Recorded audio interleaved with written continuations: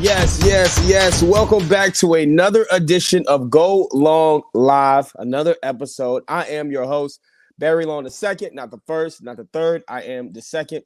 We are live on CoachellaValley.com, live on today'scalifornia.com, live on today'scanada.com. We are live all over the Twitterverse, the Metaverse, the universe, you name it. We are live. Would like to thank Craig Campbell of CoachellaValley.com for allowing us to use this platform.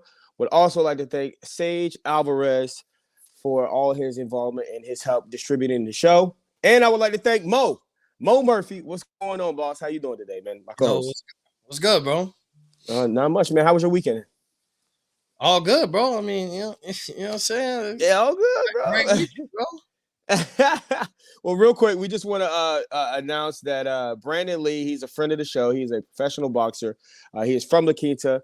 He knocked out Juan Heraldez in the 7th round on the Showtime fight, on the pay-per-view fight this past weekend. And, we've interviewed him here before. He's just a local, but it's always good to see him come up. And I think he's a part of the money team now, bro. I think he's a part of the money team. So, we're going to have to get him back on the show. But yeah, man, shout out to him. He remains undefeated. He's 24-0. So shout out to Brandon Lee of La Quinta. All right, so we got a lot of football to talk about today. We had some games yesterday that were some blowouts that weren't, that exciting. We got, a couple of games that went down to the wire. We had an overtime game. The games that we cannot get into today, we will definitely get into tomorrow. But we are your headquarters for all the, NFL talk, anything you want to hear about what happened this weekend. Now, we had the Army-Navy game. That went down to the wire. Did you watch? And how'd you feel about the outcome? No, I didn't watch the game. It was that boring. It was pretty boring. It was like literally like 70 passes and, I think 6 total passes, it's in like 70 runs. Yeah. So it was boring for the casual fan, but it went down to the wire. Navy ended up pulling out the victory 17-13. Shout out to the Navy. And Michael Strahan, my man Michael Strahan went to outer space, Mo Murphy, and he was actually successful. He went up there to outer space for 11 minutes and came back down on the Blue Origin. And shout out to Michael Strahan, bro. So you still wouldn't go now that Michael Strahan is gone? No. And he came back? Nope. Why not? Why not, bro? No chance. I explained already. I'm not going. I'm not leaving this atmosphere. I'm going. If I can get an opportunity, if I get $450,000, I'm going. Hey, kids, I'll be back in about 11 minutes. You're that type. You just seem like you would do some dumb stuff. Oh yeah, hell yeah, I'm going. It's just like going to Walmart. No, it's not. Like little 11 minutes and back. No, it's not. It's nothing like going to Walmart. Michael Strahan with the space. Shout out to Michael Strahan. Not afraid of anything.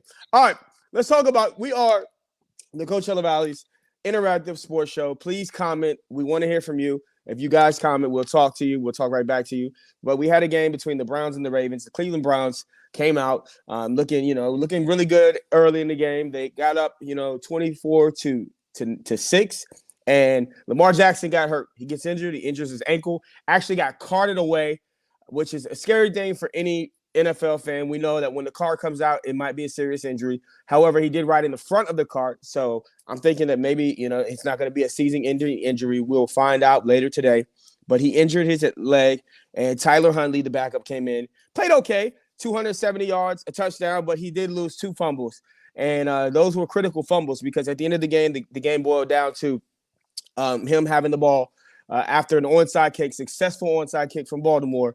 And he was unable to drive them down to get 20 to 30 yards for Justin Tucker to kick a game-winning field goal. They end up losing 24-22. Baker Mayfield still not really causing us to have confidence, with Cleveland on the offensive side of the football. They were able to do some stuff on defense. They even scored a touchdown on defense. But that offense still looks kind of average. And, Peoples-Jones had a little good game, 5 catches for 90 yards and a touchdown. Hooper had a touchdown as well. But Baker Mayfield with 2 touchdowns and an interception, just not really convincing me that they're going to be able to take over this division. But on the other hand, Baltimore, I feel a lot of cause for pause because we lost last week to the Steelers by 1 point. We lose to the Browns by 2 points. That division is starting to slip away from the Baltimore Ravens. How do you feel about it? Because if the Bengals would have beat the 49ers in overtime yesterday, then the Bengals would be number 1 in that division. But as it stands, the Ravens are number 1 in that division, but I don't think for very long. What do you think, Mo Murphy? Yeah, both these teams stink. Like they both stink. The Browns are bad, bro. Like the Ravens have an excuse because of injuries, so I give it to them. But let's not act like they lost the game because Lamar Jackson got hurt. Because they stunk it up before Lamar Jackson got hurt.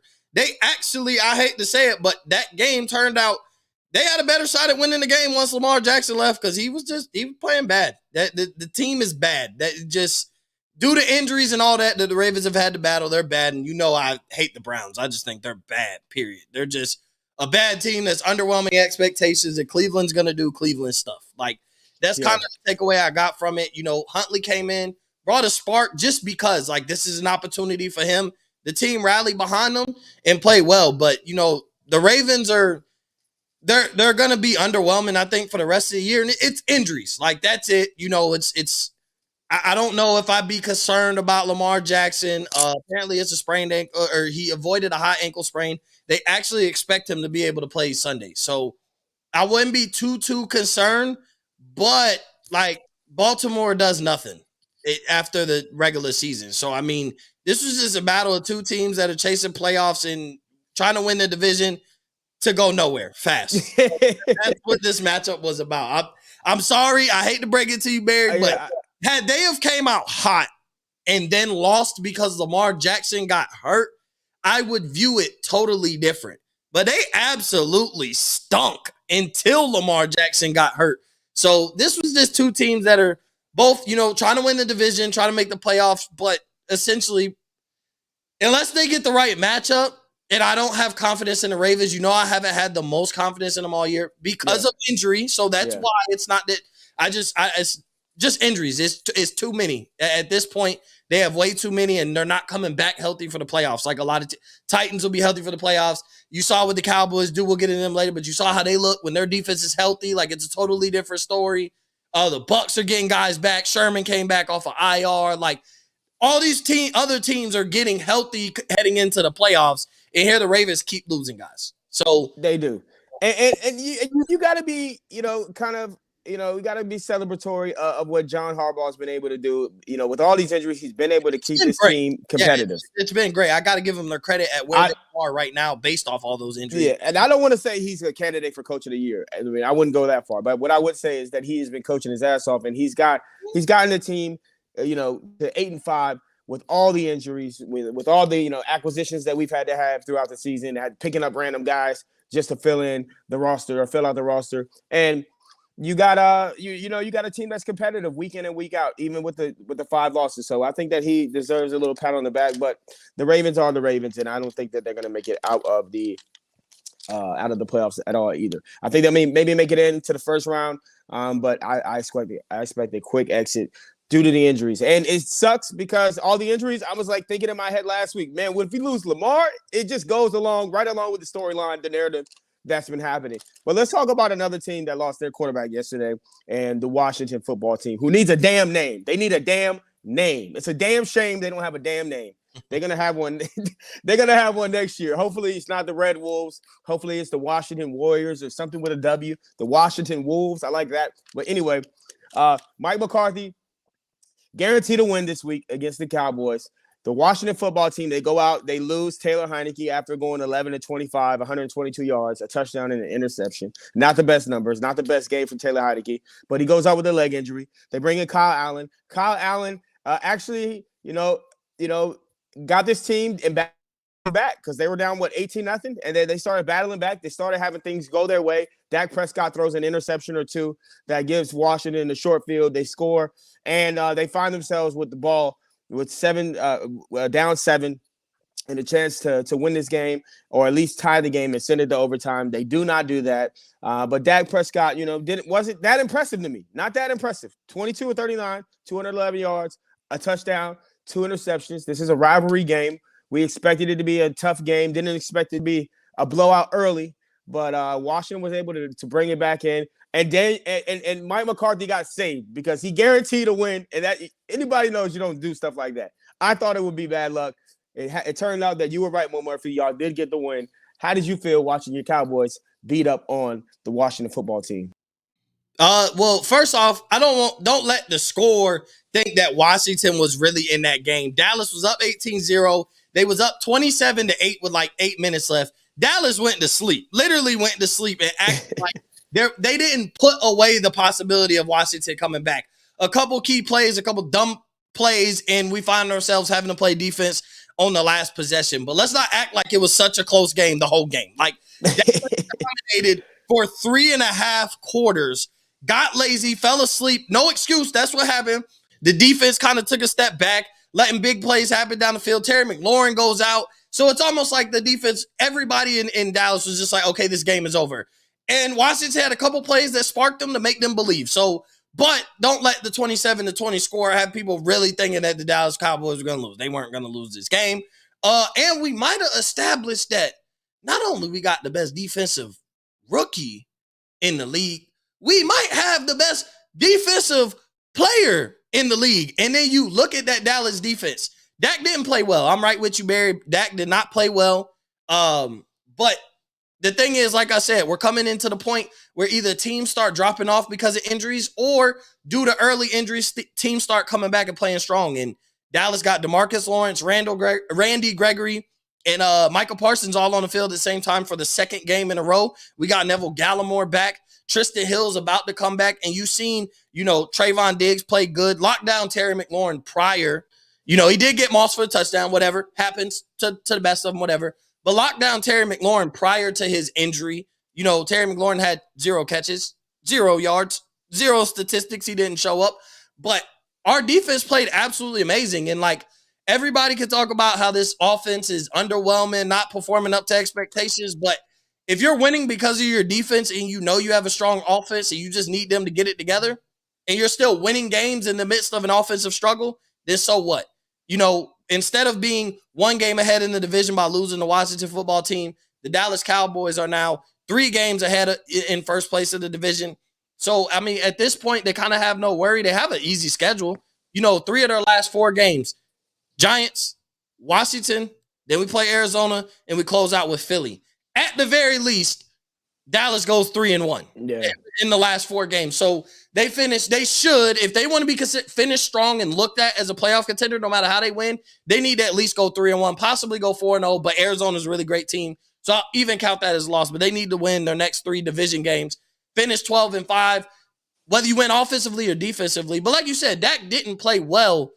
But isn't that what great teams do? And I'm not saying we're winning the Super Bowl. I'm not throwing that. But all the great teams do that. When the quarterback doesn't show up, the defense shows up. When the defense doesn't show up, you put it in your quarterback's hands and they win games. That's what happens. We would credit Tom Brady or we would credit the Bucs defense and give them all the glory. If their defense played absolutely amazing, we almost credited Josh Allen for the lack of defense they played for coming back and taking that game into overtime. So, we could pick apart the Cowboys all we want, but at the end of the day, one side of the ball, defense and special teams play absolutely amazing for the first 3.5 quarters, and that was why we were able to put Washington away. And Taylor Heineke played horrible prior to getting hurt. I don't want to hear he got hurt. Yeah, he did get hurt, but he was playing horrible. You read the numbers. Yeah. Man, Kyle Allen gave him a little spark, just like he came in and gave a spark for the Ravens. Sometimes when that backup guy gets that opportunity, he's going to give you something that this could be his only chance. This could be the only time Kyle Allen sees the field for the rest of the season. So you make the best of it.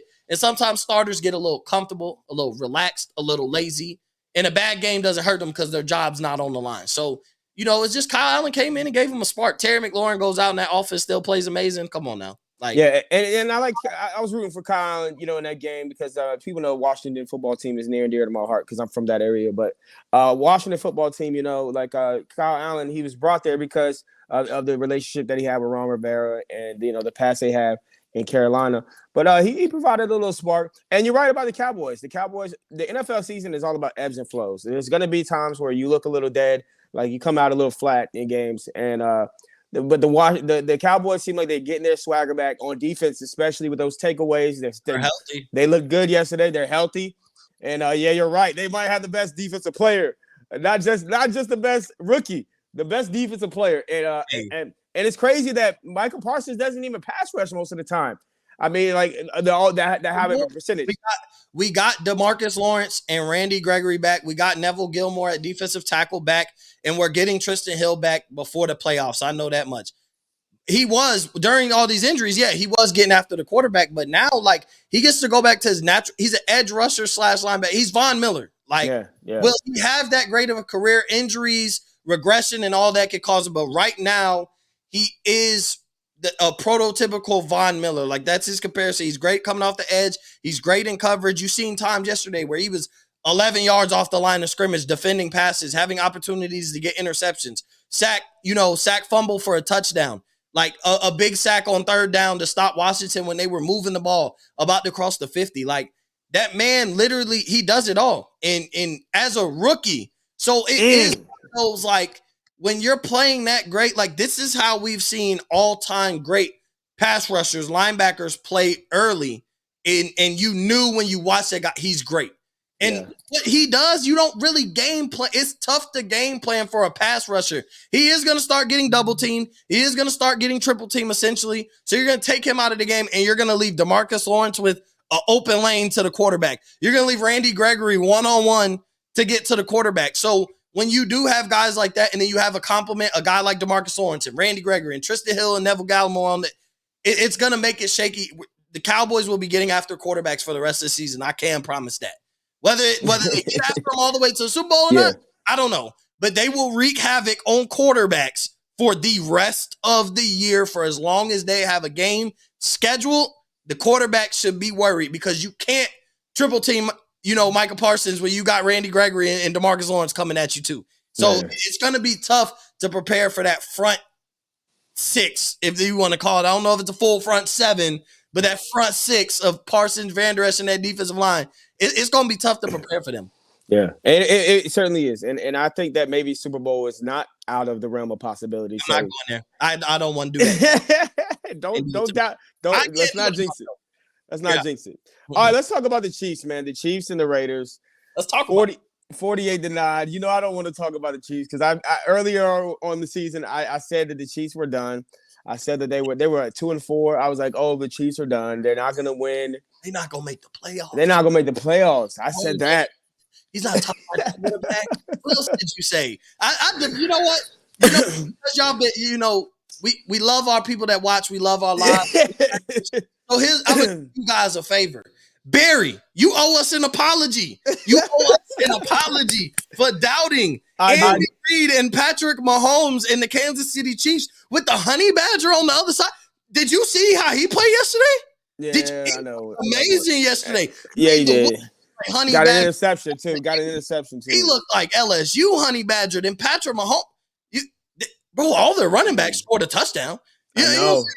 They got the running game going. The O-line was looking good. They played, you get a touchdown, you get a touchdown, you get a touchdown. Oprah Winfrey was on the sideline, so I need Oprah Winfrey in the former Eric Bieniemy. Yeah, man. It was the Chiefs look good. They came out on fire. Their defense is looking good. And the Chiefs, I have to say, I apologize to all the listeners, all the viewers. I apologize to Mo Murphy. I apologize to Patrick Mahomes. Mostly, I apologize to you. I apologize to everybody because I did say that at 2-4. I said they're done. They're not going to make the playoffs, and they continue to win games, but they're winning games differently. They're winning games defensively. They're winning games with the running game. They're winning games without the offense already. In the 6-game runs. But then all of a sudden the offense explodes and boom. Now we're looking at Patrick Mahomes, looking like the old Patrick Mahomes, and this team looks scarier and scarier week to week. They won six in a row. They're now 9-4, and they just look fantastic. And yeah, man, I do owe them an apology. Pat Mahomes came out, 255 yards with 2 touchdowns. The honey badger, like you said, he had an interception. But on the other side, the Raiders, the Raiders, we got to know that the Raiders and the Chiefs, this is not a rivalry. The Chiefs literally beat down on the Raiders. Patrick Mahomes owns that defense. And the last couple times they played, they've gotten blown out. So if I'm a Chiefs fan, I'm not going to get too excited. I'm not going to jump on all the way on the bandwagon. All the way on the bandwagon. I might have like a toe still on the ground. You know what I'm saying? Like, There's only one team that's going to stop the Chiefs from getting to the Super Bowl.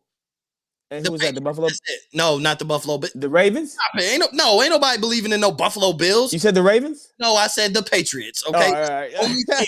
Bill Belichick I is thought I heard Baltimore Ravens. Baltimore. Hey, if I was fully healthy, it'd be a different story. It'd be a different story. Yeah.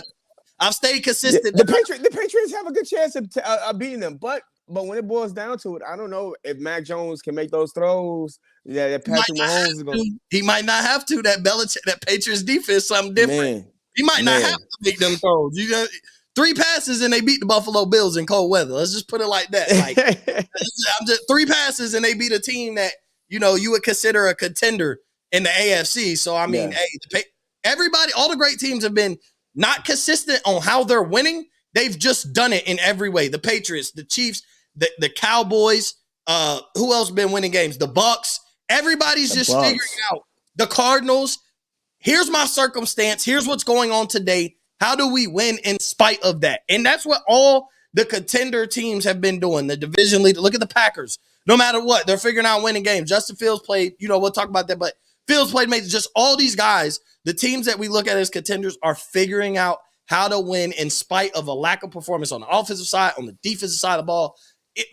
And they also haven't had major injuries. That is something key, is they haven't lost their lead guys at the helm on either sides of the ball. So that's also something to pay attention to when you talk about some of these contending teams. Absolutely. We are going live. I am Barry Long II. He is Mo Murphy. We are live on CoachellaValley.com. Today's California.com. Today's Canada.com. Let's talk about the Titans and the Jags. The Titans come in, without Derrick Henry. They don't even really run the ball all that well. They had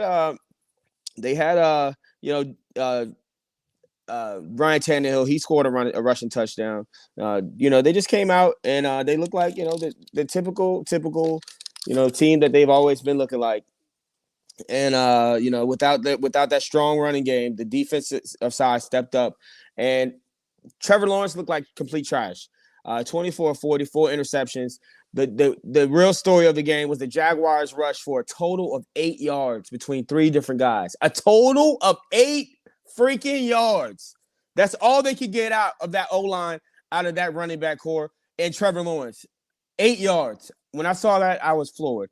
But yeah, and maybe it's because the team came out flat because of the stories that have been surrounding that franchise. We've heard about Urban Meyer. Supposedly, he has been, calling some of his assistant coaches who he hired. He's been calling them losers. He got into a shouting match with Marvin Jones, who was a guy that they brought in as a free agent, that they were really excited to have him on the team. He was supposed to be, a number one weapon to Trevor Lawrence, or at least a primary weapon to Trevor Lawrence.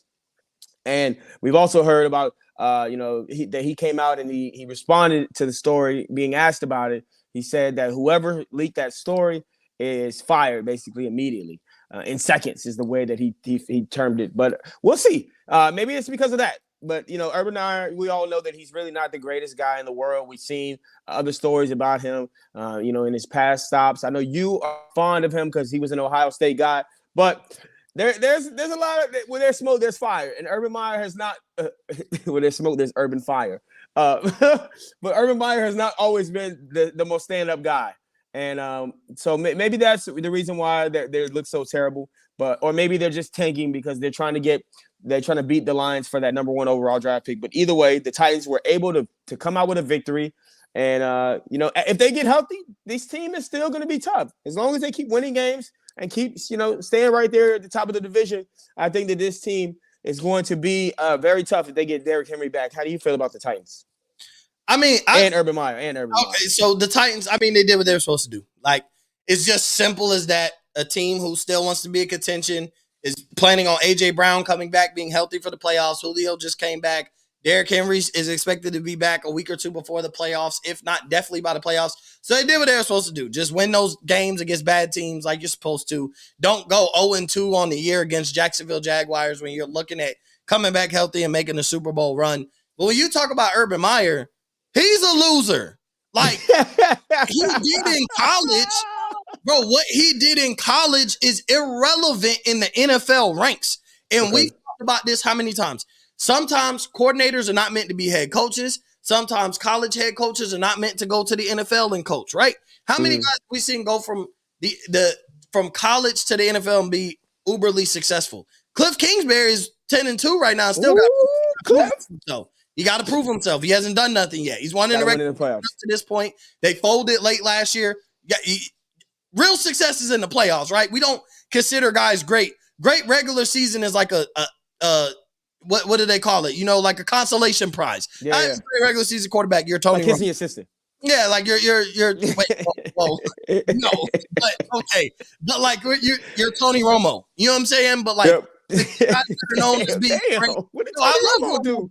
He was a great regular season quarterback, but like the all-time greats become great in the playoffs. That's where legends happen. That's where legacies are made. That's where storybook endings happen. And so Urban Meyer has done none of that in the NFL. He's barely won games. So you can call your assistants losers all you want, but you a loser. The national championship that you won at Ohio State, irrelevant. The national championships that you won at Florida, irrelevant. The great team that you had at Utah with Alex Smith as the quarterback, irrelevant. You know why? Because when you get to the big boy league, don't nobody care what you did in college. And a lot of players. He did win a ring. He did win a ring in college with Cardale Jones as the quarterback. And he had Ezekiel Elliott at running back. Like hold on now. That team was good. Yeah. But you're a loser. Like you've proven nothing in the big boy. That's all I'm saying. So like whether he said it or not, I'm sure he did. He's done nothing for us to give him the benefit of the doubt that he wouldn't say anything like that. But you're losers. First off, you hired them. You brought them on with your coaching staff, and you are a loser right along with them because since your record in the NFL is this. If you want to go back to being uber successful and competing for championships, take your butt back to college because you took the Jacksonville job because you thought it was going to be sweet because you're getting Trevor Lawrence and you're good with quarterbacks. You've done it in college, but it's a lot different. Guess what? It's a lot different when you ain't fielding the most talented team on the field. Yeah. It's a lot different when recruiting doesn't happen. You can't convince every 5-star player to be, you can't convince every 5-star player to play on your team. You can't get every number 1 draft pick. You can't get every first-round pick on your team. So that's the problem, and he's running to that. And realize, yes, coaching is more – college, people who have coached college and coached the NFL said college is more stressful because it's year-round. You constantly are traveling. You got to be in these kids' homes. You got to make these parents feel comfortable that they could come to your program and win championships, and you're the best. They want to hear NFL. Like, are you the best player to get my kid are you best coach to get my kid to the NFL? But guess what? Go back to college, bucko, because it ain't work for you over there in the NFL. I hate to say it. Well, there might be some openings. It's a national championship, but hey, go back to college, bucko. Go back to college, bucko. There might be some openings. Hopefully, that Florida State job might be open for Urban Meyer. You might want to take that. We know Urban Meyer is quick to bolt and leave a program, quick to bolt and leave anywhere, a team. So he might leave the franchise just as quickly. But I don't see him coming back next year. And even with a number 1 overall draft pick or a number 2 overall draft pick, despite how great his past college record is, it's just too much drama, too much commotion surrounding him. And right now we're gonna see what happens with that. We are going on live. I am Barry Long II. He is Mo Murphy. We're live on todayscalifornia.com. We're live on CoachellaValley.com. Shout out to Sage Alvarez. Says such a great show. Shout out to Sage. We love Sage. He does a lot. He does a great job for us, helping us distribute the show and for the network. All right, now, so let's talk about one more game we have real quick. We will get into the rest of the games tomorrow. Don't trip and finish up whatever games we didn't talk about. We'll talk about those on Wednesday, but we will also break down real quick the Rams-Cardinals Monday Night Football game tonight. But real quick, I want to talk about the Seahawks and the Texans. Seahawks 33, the Texans 13. We have a lot of Seahawks fans down here in the Coachella Valley. They were out in droves yesterday out at Agua Caliente, Cathedral City. We had a great time out there with 93.7 KCLB. But, that this game was mostly about Rashard Penny. Rashard Penny out of San Diego State. My man is a beast. 16 carries for 137 yards, 2 touchdowns. Kind of looked like a workhorse yesterday. And we know that he's been that change of pace back for the most part, the majority of the time that he's been in Seattle. But yesterday, he was the main back, and they put it all on his shoulders, and he was able to shoulder that load. You had Russell win 17-28 for 260 yards. He protected the football, 2 touchdowns, no interceptions. Tyler Lockett had a big day, like Tyler Lockett always does. 5 touchdowns, 142 yards, 1 tutty. And when you look on the Texans side, the Texans, they're just a bad football team right now. And they're also in contention for that number 1 overall draft pick. Hopefully they can lose out and that's what a lot of their fans are thinking. They don't really have the quarterback situation figured out. Tyrod Taylor, he was a good, temporary solution to whatever they're going to end up doing with Deshaun Watson. But Davis Mills is just not the truth. And even though he had a good game yesterday, 331 yards, a touchdown, no interceptions, they don't have a running game either. Rex Burkhead is their leading rusher, and he carried it for 11 times for 40 yards. They had a dude carry it for 11 times for 15 yards. They got to figure out a better way for that O-line to get off. They got Brandon Cooks over there, wasting Brandon Cooks' talent away. It just feels like it's a terrible situation in Houston. Doesn't feel like it's anywhere near close to being, solved or figured out. And we'll see what they're able to do, in the draft. But right now, I feel bad for David Culley. I feel like he just walked into a dumpster fire. And right now, we'll see. What are your thoughts on the Texans? Yeah, I mean, you hit everything on the head, bro. Like they're probably tanking at this point. They want to see if Davis Mills is feasible enough that if they get the number 1 pick, they could go elsewhere and get probably who we would consider the most talented player in the draft. Mm-hmm. Whether it's one of those edge rushers, Thibodeau or Hutchinson, whether they go to Kyle Hamilton, the safety out of Notre Dame. I think they definitely want to. I think they definitely are looking at one of those guys on the defensive side of the ball where they want to go to Evan Neal, the offensive lineman out of Alabama. That's why they went with Davis Mills, because they know Tyrod Taylor's not the long-term answer. Davis Mills is young. Is he good enough? Is he going to be good enough that they can skip quarterback and feel comfortable with that, especially with there not being a quarterback that you would fall in love with taking with the number 1 pick. But like you said, Seattle's still fighting for playoff contention, pretty much have to win out, and that's still no guarantee. Russell Wilson looked a lot better. Him and Tyler Lockett were right back on the same page.